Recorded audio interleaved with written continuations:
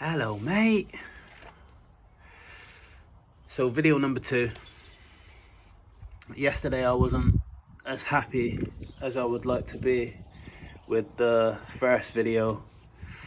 I wasn't happy with my flow. I didn't feel like I got into the kind of flow state that I want to get into on these videos. So I'm not surprised that in today's poll, when asking God what he wants me to speak about, he kind of came up with like a Mark II of what we spoke about yesterday. So hopefully I can do this message justice. Hopefully we can have a nice conversation and I can get across the points that God wants me to get across. So here we go. The last card that came out yesterday was the Sun. And to keep that continuity, I love the way spirit works sometimes. But yeah, to keep that continuity, today the first card that came out was the Sun in reverse. I regard the first card as like the overall theme of what God wants me to speak about in the read. I have done some of these before. I made loads of videos. I think it was around last summer, the end of last summer. But I didn't end up posting them. And so yeah, I've got a little bit of a rough idea of the way these things go, even though yesterday was my first one.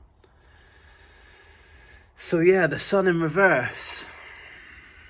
So the Sun upright means happiness, ultimate happiness. Like the Ten of Cups means ultimate happiness, but it's more worldly happiness. Not necessarily being of the world, but worldly happiness as in like family, friends, what's the word? Feeling... I hate it. I hate, this is why I hate doing these videos. Because my mind just goes blank. And how I'd like to speak doesn't come out the way that I want it to. But yeah, fulfilled with what's going on in your life, basically. And the Sun in reverse, no, the Sun, sorry, is a little bit more like internal happiness. So, you know, ignore the state of my cards, but there's a child on the horse. I like to see that as like, that's your inner child feeling happy and fulfilled. So whereas Ten of Cups is more the adult person, the adult human being fulfilled with what they've achieved in life, the Sun is like ultimate happiness within, you know, ultimate spiritual happiness. Your higher mind, yourself and your inner child is all aligned and happy, and any time that happens, that causes true happiness. What true happiness is, the kind of happiness that can't be affected by the outside world. So in reverse, not only is it unhappiness and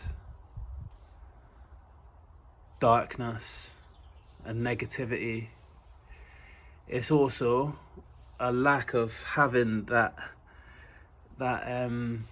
balance, that alignment between yourself, your higher mind and your inner child.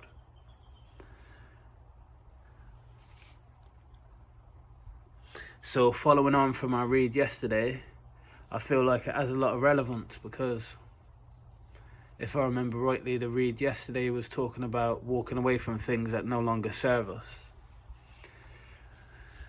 And to have that aligned feeling of inner fulfillment, you'd have to be able to walk away from things that no longer serve us. So it's not just outwardly walking away from things where we feel like we're not appreciated, or we feel like we're being betrayed, or we feel like we're dimming our light or hiding our true selves from expressing itself.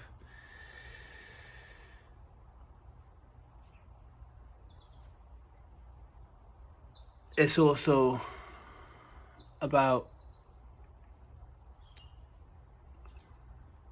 sorry, I lost my train of thought there.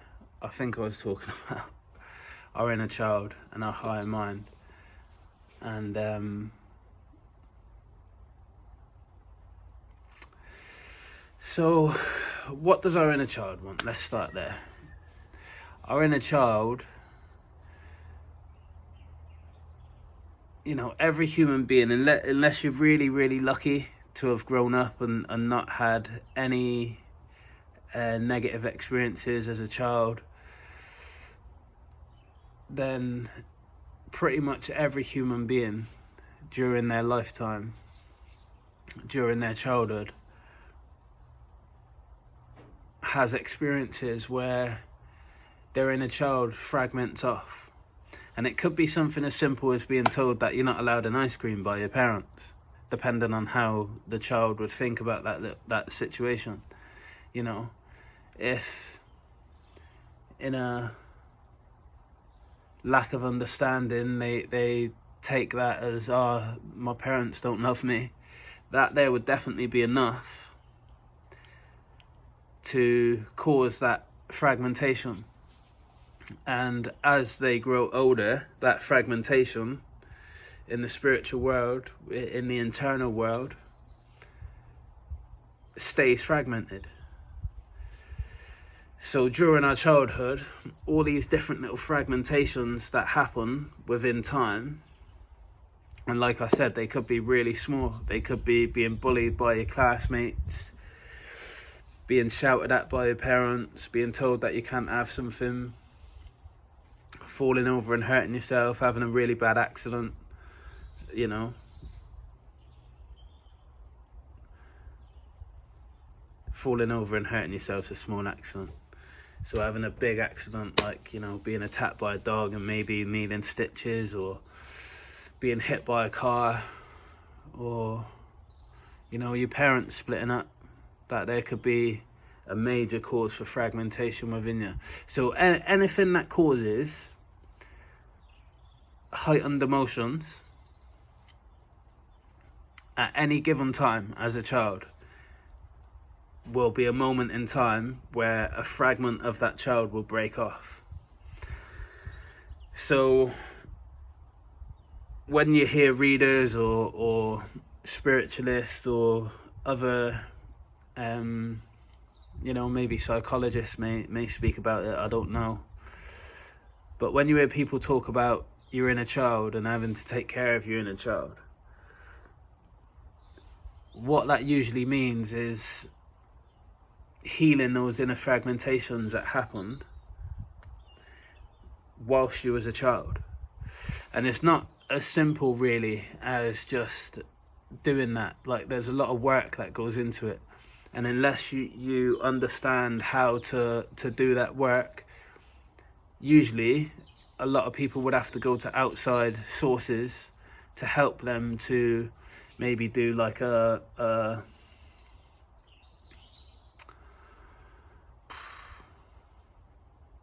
what's it called again? So it's along the same lines as like a past life regression. Is that what they call it? It's that kind of thing. It's basically a spiritualist, some sort of healer would do some energetic work, some psychic work, and go into your psyche and retrieve all the broken off parts of you from being a child. Sorry for not flowing very well right now. I had a really bad night's sleep last night for some reason. I feel really tired today, and I've just done a really big walk as well. All that aside, so, you know, when you hear people talk about doing the inner work, that's one of the things that they're talking about. that's a major part of the inner work that we're all responsible for doing as adults, to heal our inner wounds. The majority of our inner wounds stem from our childhood, and a lot of people don't understand that those inner wounds can be fixed just by going within. You know, people spend years, thousands of pounds going to therapists and counsellors, and you know, some people don't. Some people spend a lifetime living hell on earth, almost, really being their own worst enemy, because they don't understand that there's these deep-seated inner wounds that are affecting their day-to-day lives, affecting the way that they interact with the world, affecting their relationships, you know, affecting their inner turmoil. Like, some people is not even honest enough to look at their life and accept that there's even any inner turmoil. Some people would rather blame the outside world, blame others, the way that someone said something, or the fact that someone did something that hurt you, or there's so many different examples. And keep an open mind and allow it to fit, allow it to land where it wants to land. If you're ever listening to someone talk and they're talking about something that's, you know, you're interested in what they're saying, pay attention to what thoughts and feelings come up as you're hearing certain things, because that's your intuition a lot of the time. That's your inner intelligence raising up something to bring your awareness to it, to show you that, I match what you're hearing right now. This thought matches what you're hearing right now. This experience, like, you know, sometimes it can feel random, some of the things that come up in our minds and in our feelings. Certain memories that just pop up. Pay attention to what's going on when those memories pop up, because those memories could be trying to communicate to you. Those memories could be your inner child trying to wave a red flag, like, that's where I am right now, come and get me. And do you know what? Doing the inner work to heal your inner child and to bring all them fragmented pieces of you back together again, that's all it takes, really, is going within and retrieving that part of. So you got to use your imagination. This is a little exercise for you, which, if you can do these things within your imagination, you'll be able to heal your inner child over time yourself, without spending any money on counselling, any money on therapy, stopping allowing those wounds to affect your day-to-day life. So it's about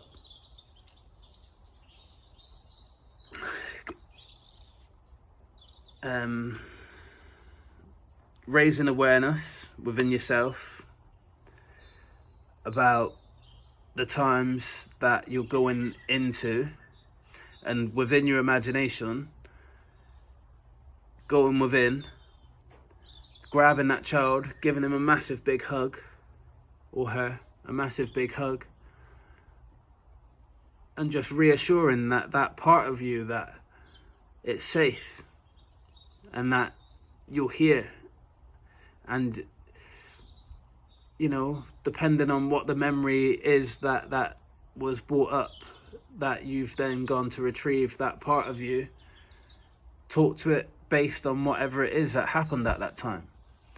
You know, if that part of you went through a really traumatic experience because it seen something scary, it could be a scary movie. There's so many different things that it could be. But whilst I said that, let's just use that as an example.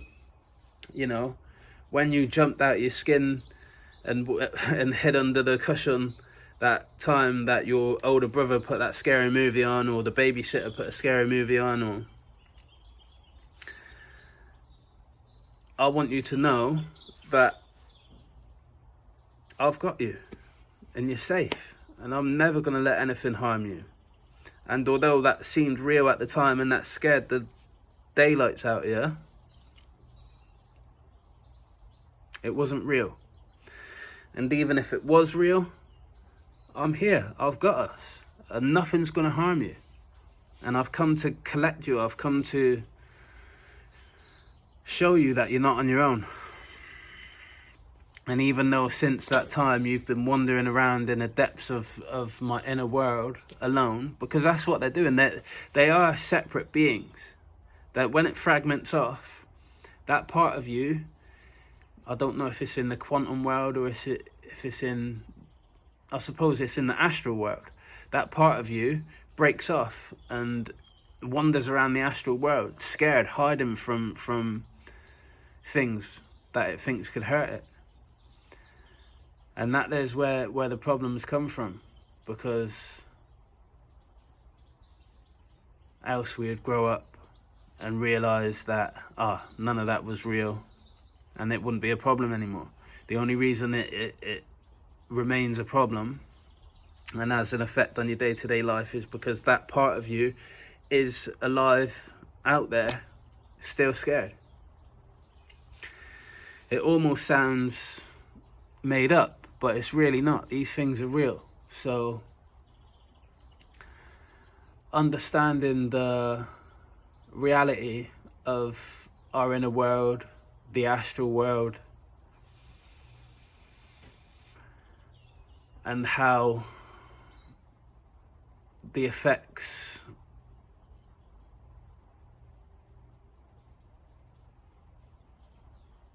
of our childhood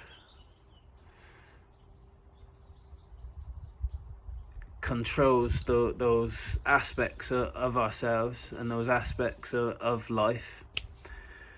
Sorry, I'm totally going off course right now. I feel like I am anyway. So yeah, doing the inner work, healing your inner child. Remember as well that there could be 1,000, 1,000's a bit extreme, but it could be like, 50 to 100, could be 1,000, depend, if you had a really tough childhood and you was in fight or flight every day of your life. I imagine 1,000 would be the least amount that you'd probably have. I don't know actually, because you would have probably toughened up at some stage, because it hurt so much and you lost so much of your, I suppose that's when people end up growing up quickly, because they lose so much of that inner child. They lose so much of their childhood from being fragmented away. I wonder if there's like a limit to how much you can fragment as a child, because that must be what happens when a child stops being a child anymore. They must hit the limit of their child being able to be fragmented anymore. So the child just isn't there. So I imagine 1,000 probably is way too much, But for the sake of this conversation, let's just say it could be 10, could be 20, could be 50, however many fragments that there are. You need to keep on doing the work, keep on going within, keep on healing, keep on retrieving those parts of yourself and bringing them back to yourself. And that reminds me of that Japanese idea. So I forgot what it's called now. I think it begins with H or K, but in Japan, when they drop a plate, they don't just throw it away. They stick it back together and fill all the gaps with gold. And then that plate then turns into an art piece. It's more beautiful than it was before, because you know, I don't want to butcher it, but basically all the cracks which are similar to our fragmented parts, when they're put back together, instead of being thrown away, that filling of gold in between each bit brings a beauty that you can only get from being broken. And that's what that you know, doing this work, that's what that's going to allow you to do. It's going to allow you to become a masterpiece of yourself, rather than being this broken bow that you tried to hold together with sellotape, and that sellotape all unstuck, and you know, there's fragments of the bow hanging off, so you can't put water in it, you can't put anything in it because it just dropped through the hose. It wasn't fixed properly. You would then become this even stronger version of what you would have been had you not been broken.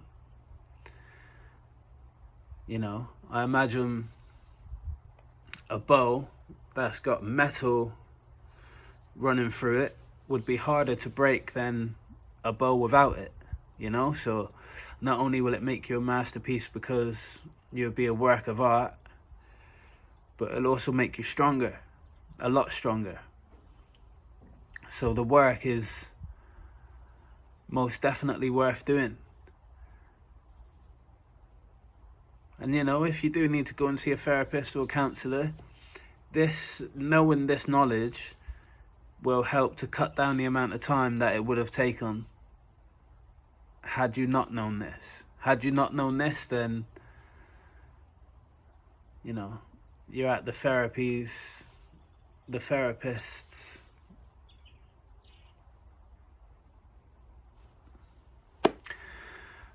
can't find the word, but I think you get what I'm saying. So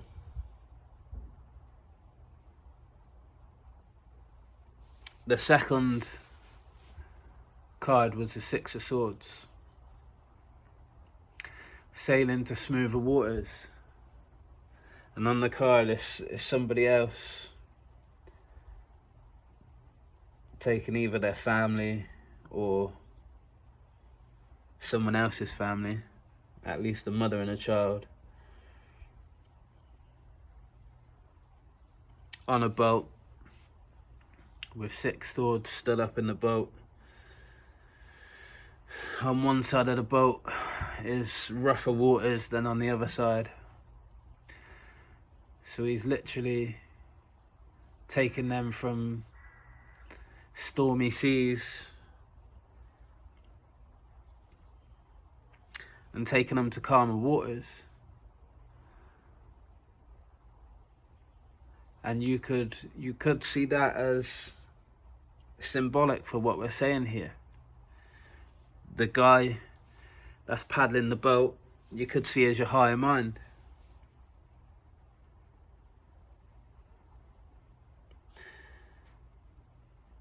You could see as your higher mind merging with yourself. And then the woman and the child that's being paddled to safety, basically, you could see as your present self and your inner child too. So there's two versions of your present self there. One of them you're working with your higher mind with, and that version of yourself and your higher mind are working together to save the other side of you, the other side of the present you. Your subconscious and your unconscious existence, and your inner child, which I suppose your subconscious and your unconscious, you could say is your inner child.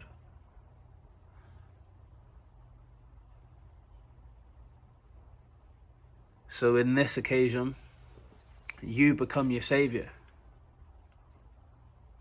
You become all three people depicted on that card. You become your savior.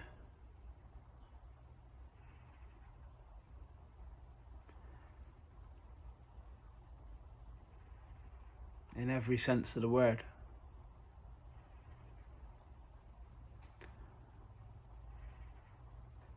And in doing so, you unlock and unveil the subconscious and the unconscious.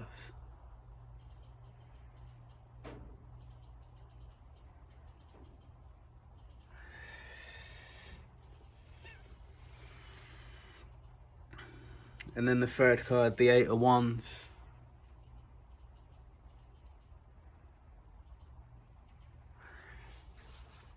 In this instance, I'm taking that as meaning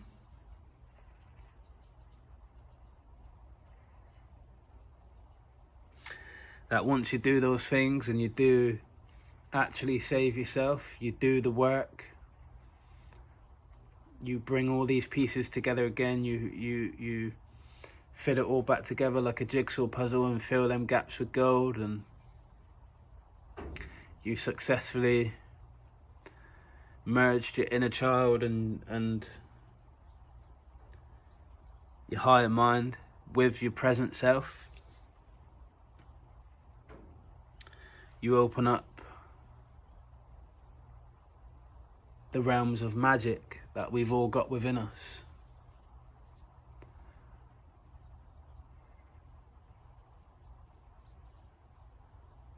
A lot of people seem to think, oh well, you can't do certain things if who does this person think they are? God? Are they Jesus? No, they can't do these things. No, there's a lie that's been fed to us by the societies that got together and decided what's going to be in these holy books in order to be able to control mankind and control the world.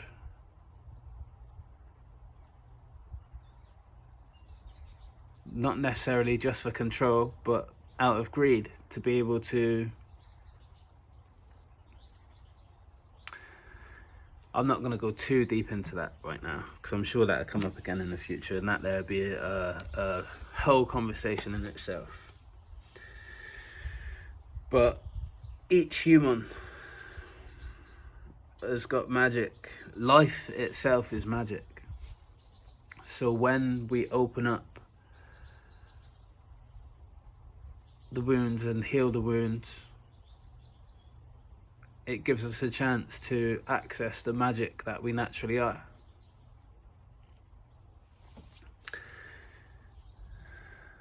Talking of magic, I won't say what I'm doing right now.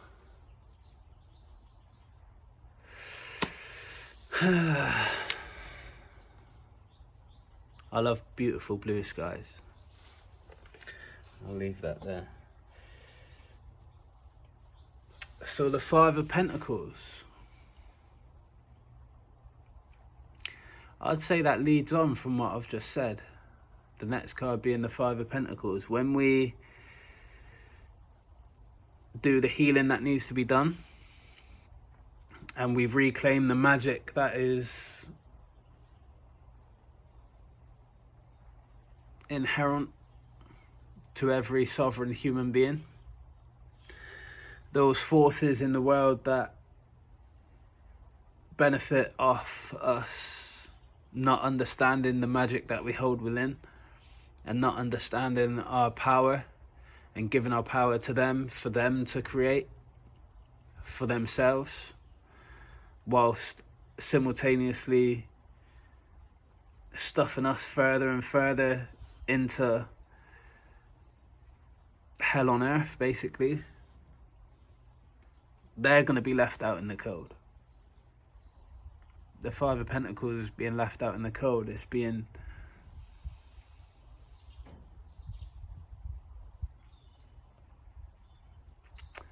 loss, financial loss.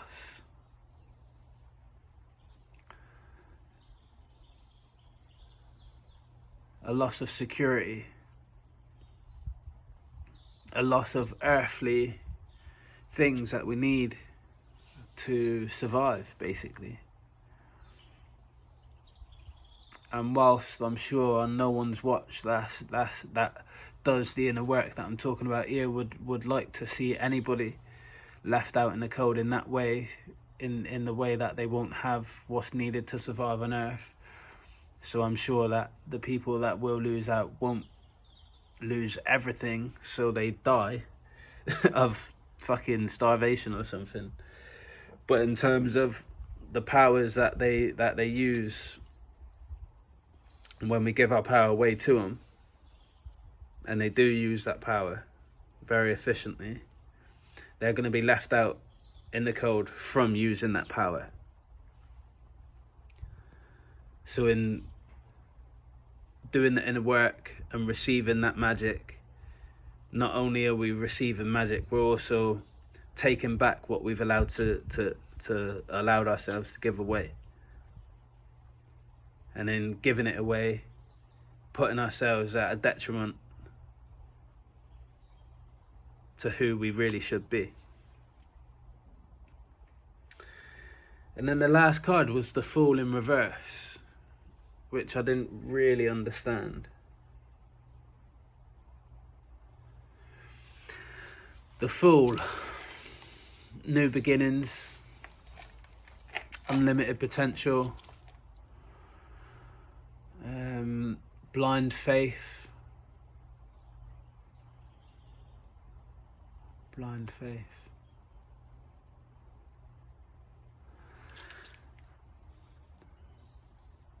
So once we've done all that work, we've took our power back. Not only have we took our power back, we're actually seeing the fruits of what our power brings. We're no longer living life, we will no longer be living life with blind faith. There won't be no need for the blind part of that. It'll be absolute faith. Even though blind faith's a good thing, blind faith becomes a lot stronger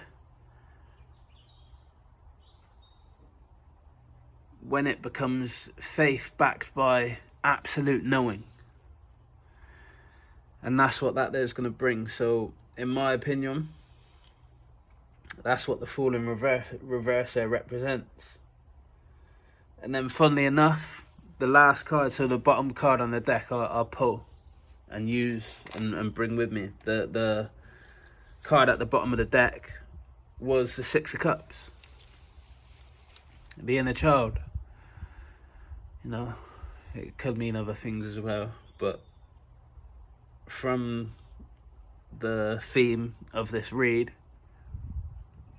I think it's pretty obvious what that means.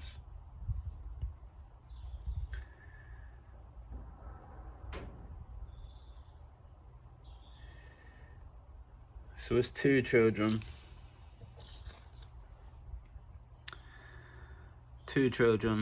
depicted in the illustration, both very happy. An older child handing a flower and a cup to a younger child, smiling and happy.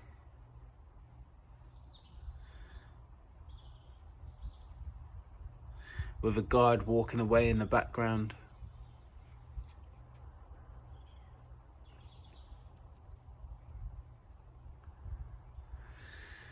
Guys, I don't know if anyone's gonna watch these videos, but doing this work is where that internal happiness, that is the Sun card, that internal, unshakable, I can't even think of the right words to describe what this happiness is. It's just absolute internal elation that cannot be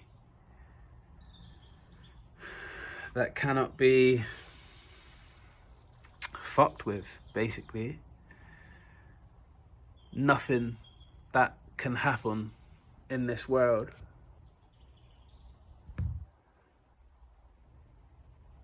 can affect that kind of happiness.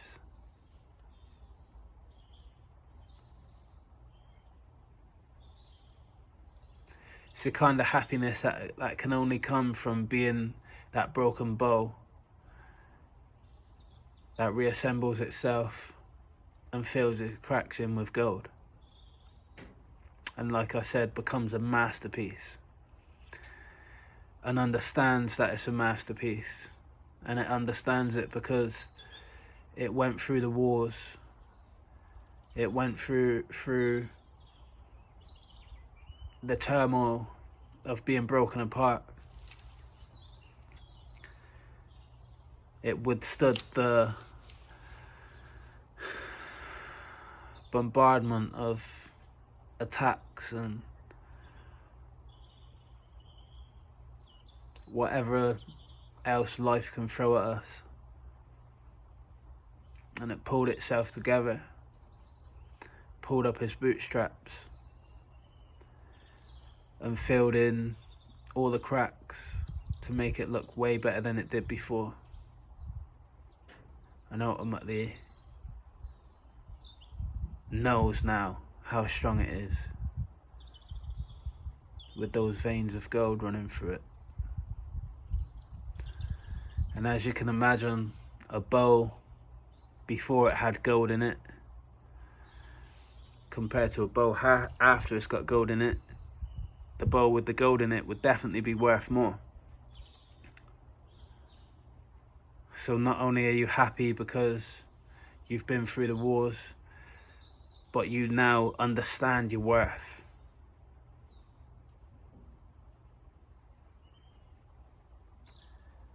It's a very beautiful Japanese saying, theory, I don't know what to call it right now. Thank you for the conversation.